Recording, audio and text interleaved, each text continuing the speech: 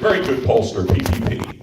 And I can tell you that 66% of the respondents to this poll said that they would prefer voting for a candidate who was going to expand Social Security.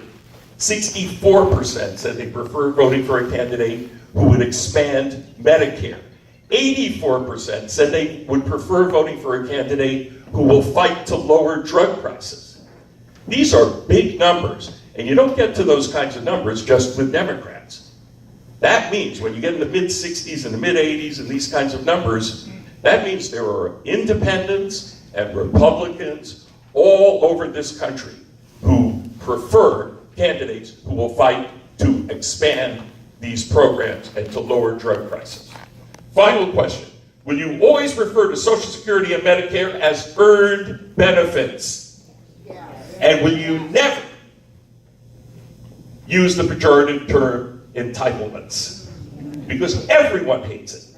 Once again, independents, Republicans, Democrats, everyone hates when these things are called entitlements, and it's just a knee-jerk thing that one side has, wormed into the budgetary language. Scott Wallace, of course, says he will never, ever wash his mouth out with soap, refer to these programs as entitlements, but always refer to them as earned benefits. So the bottom line is, I actually wanted to read you the bottom thing. Scott Wallace sends back a perfect questionnaire. 100% perfect. General comments on our issues. He writes, a centerpiece of my attack on my opponent, Brian Fitzpatrick, is his support for the BBA, that is a balanced budget amendment, and the tax bill. We're going to talk about those next. Because of their assault on Social Security and Medicare. And an assault it is. He also puts an addendum, I support Medicare for all.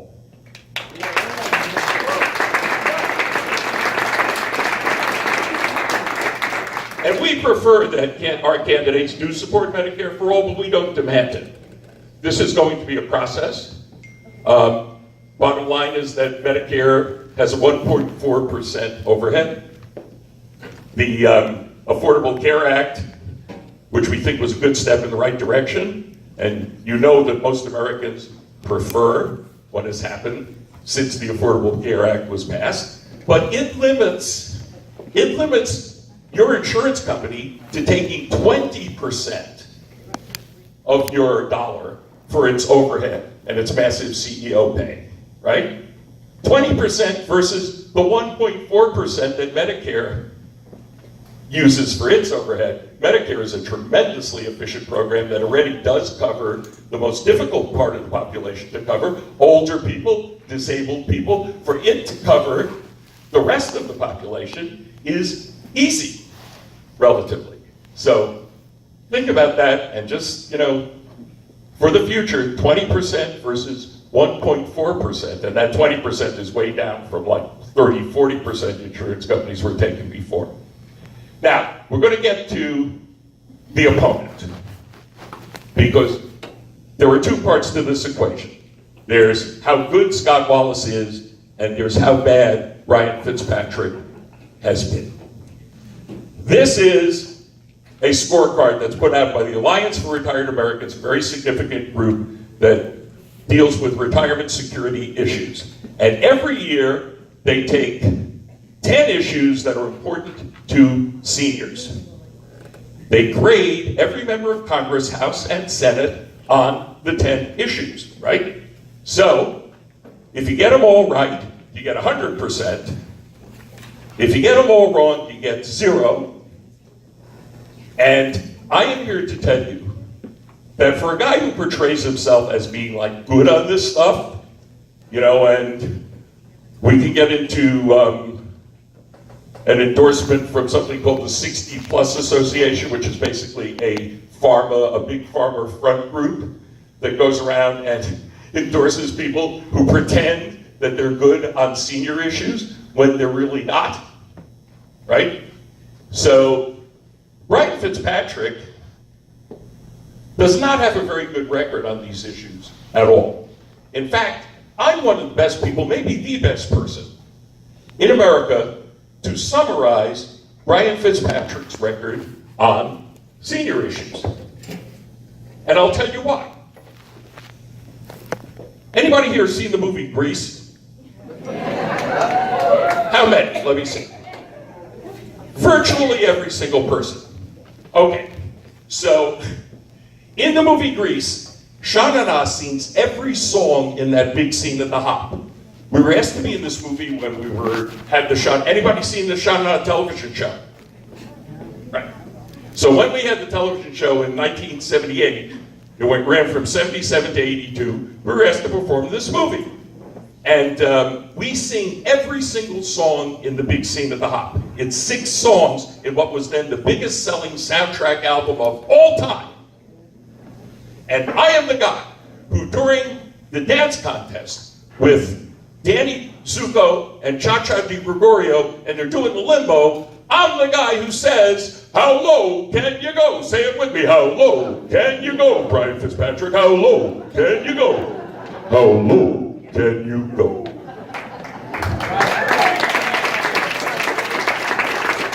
Because I am here to tell you today that your congressman in Pennsylvania's 1st District has a 30% record on senior issues for the 1 year that he voted in Congress, 2017. 30%. That, failing is 65, right? So this is beyond failing. This is flunking out. He has a 30% record on senior issues. And by our standards, that is not anything close to good enough. In fact, it's much closer to how low can you go, Brian Fitzpatrick. So these are the reasons why I've come here today, on behalf of Social Security Works PAC, to endorse Scott Wallace to become the next congressman from Pennsylvania's 1st District. Because as bad as Brian Fitzpatrick has been, Scott Wallace is going to be that good.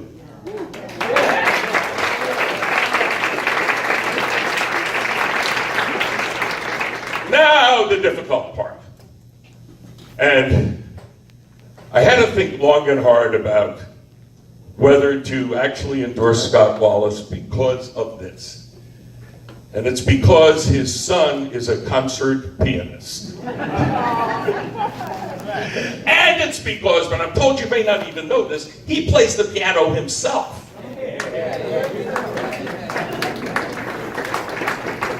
So now I'm so don't listen to this part, but I'm going to share with you the personal reason why I'm going around all over the country finding leaders who we can support, who will protect and advance the cause of older Americans.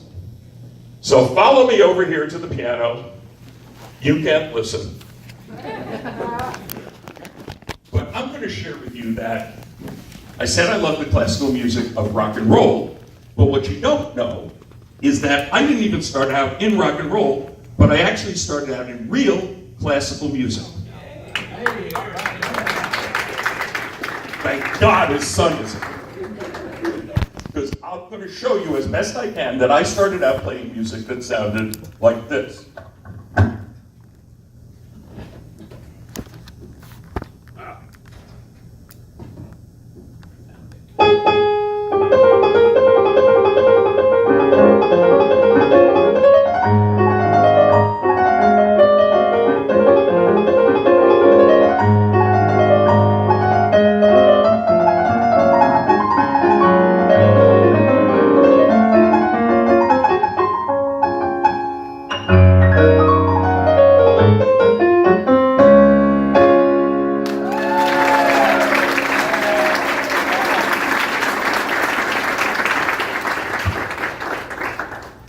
And I started out playing piano when I was 7 years old.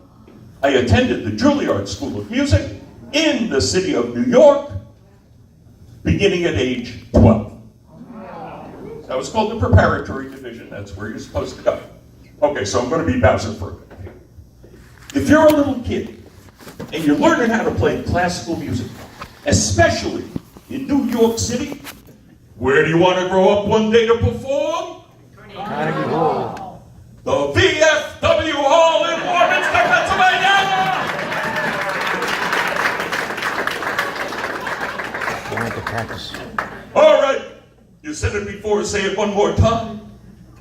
Carnegie Hall. So, the year was 1973. Carnegie Hall, in desperate financial trouble, turns to rock and roll. And who should be invited to perform at the fabled, the legendary Carnegie Hall, but my old group? So there we are, Sha-na-na, on stage at Carnegie Hall. It seems like when you're talking about Social Security, it's actually not that different than what Brian Fitzpatrick is talking about. How do you think you're different? Well, Brian Fitzpatrick is preparing to dismantle Social Security, voted for the tax bill, which drives a $2 trillion hole in debt. Now he's coming after Social Security and Medicare to pay for that. This is the Fitzpatrick Lion line. He is a co-sponsor of the Balanced Budget Constitutional Amendment, which Bowser talked about, which makes it unconstitutional to pay benefits from the Social Security Trust Fund and the Medicare Trust Fund. And now, I assume he's going to support the new Paul Ryan tax bill, which will drive another $3 trillion hole in the national debt, all of which must be paid for somehow. And the holy grail for Republicans, Paul Ryan to Brian Fitzpatrick, is to cut Medicare, Social Security, and Medicaid, what they call entitlements, to pay for these huge tax cuts. I just asked him this morning whether he would be okay with cuts to things like Social Security to pay for that. He said no. Okay. Do you not believe it? No, I do not believe it. Actions speak louder than words. Follow what he does, not what he says.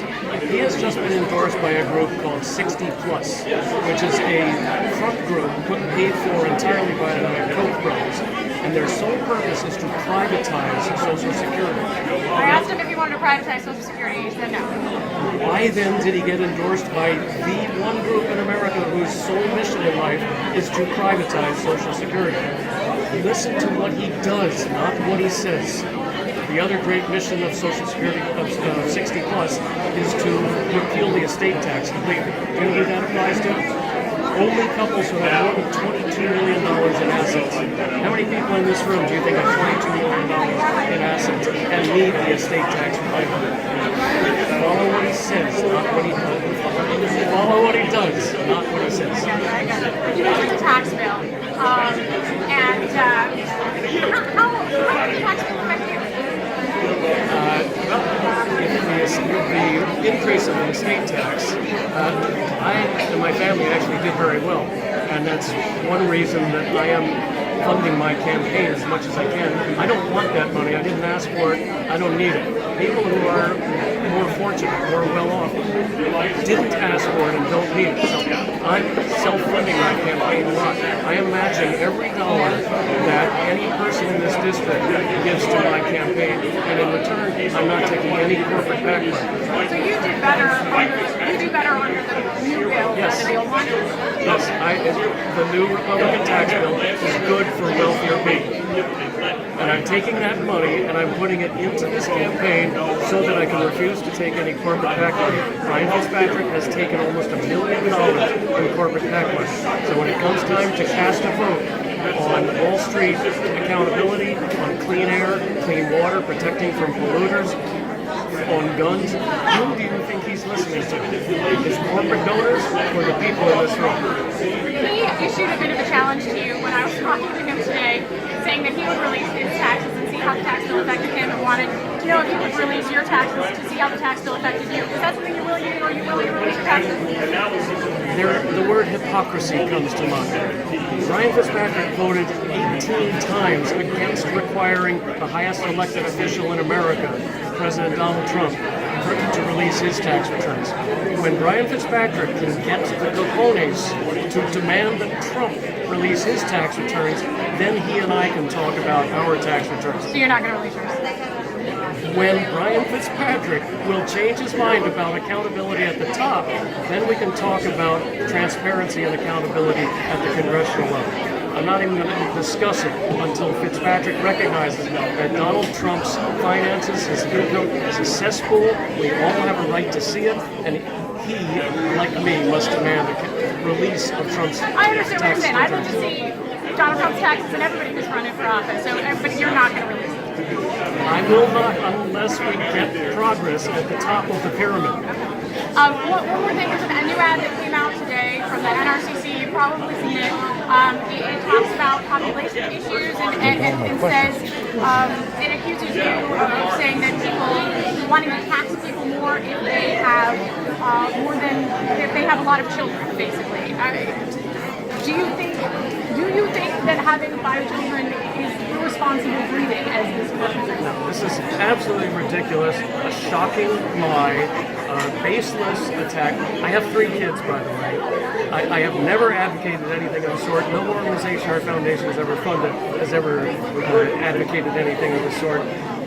The real scandal here is Fitzpatrick's vote on the tax bill, making everybody else pay for these goodies for the wealthiest 1% and the corporations. So just to be clear on that ad, it makes a number of accusations. Do you think people who have large families should pay in more in taxes? Absolutely not. It is a ridiculous suggestion. Our entire approach to family planning through our foundation has been voluntary empowerment of women to make their own choices. That is the only way to deal with family planning. We have been longtime supporters of Planned Parenthood. I'm endorsed by Planned Parenthood. It is about empowering women to make their own choices, not coercing them, not penalizing. I am one of 4 children. My wife is one of 6 children. We have 3 children ourselves. The accusation is ridiculous. Thanks for your time today. Appreciate it. She gave up all. You took almost my questions. Oh, anything else, guys? Anything else? Is there anything else you wanted to mention that I didn't ask you about? Okay. We're good. All right. Okay. All right. Stay in touch if you guys have stuff. I don't think we've met before, but I cover politics. I'm covering a lot of different races. I told Zoe keep me in the loop as you guys are doing stuff. If you've got new ads rolling out or new events. But I'm glad we got to meet. We'll have a response to this latest one. Okay. Are you sending something out today? I mean, you said it yourself, so. Soon. I mean, Yeah, there will be something. okay. This stuff will not stop. Because they don't have issues to run on, they're running on a tax. So just get used to it. Yeah. Thank you so much. Double back to the tax returns. You already answered that question. Yeah, but if you're not going to release them, I mean, you can't say that's bad behavior and then do the same thing, isn't that? You don't hold the House of Representatives to a higher standard than the President. Start with the President. Fitzpatrick voted 18 times to protect Trump's tax returns. Start there. Well, I'd like to see Scott Wagner's tax returns as well. Right.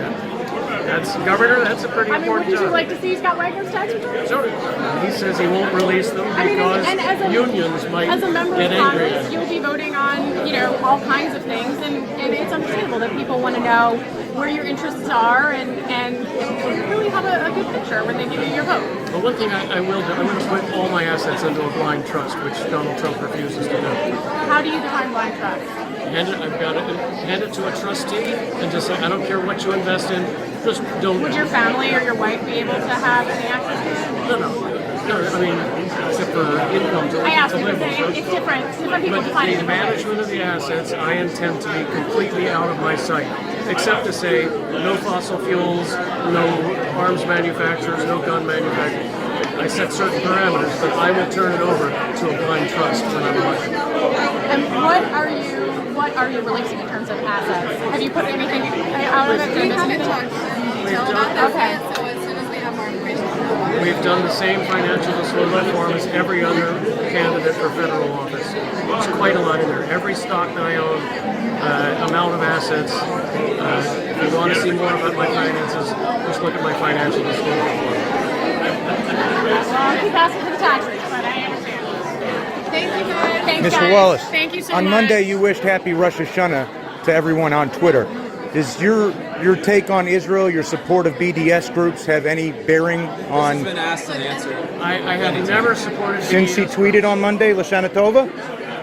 I have never supported BDS groups. I disavow them. I just got back from Israel. I've seen the harm that BDS can cause in Israel to workers on the ground. I totally disavow that. I support a two-state solution. Very good. Thank you very much for your time. I appreciate it.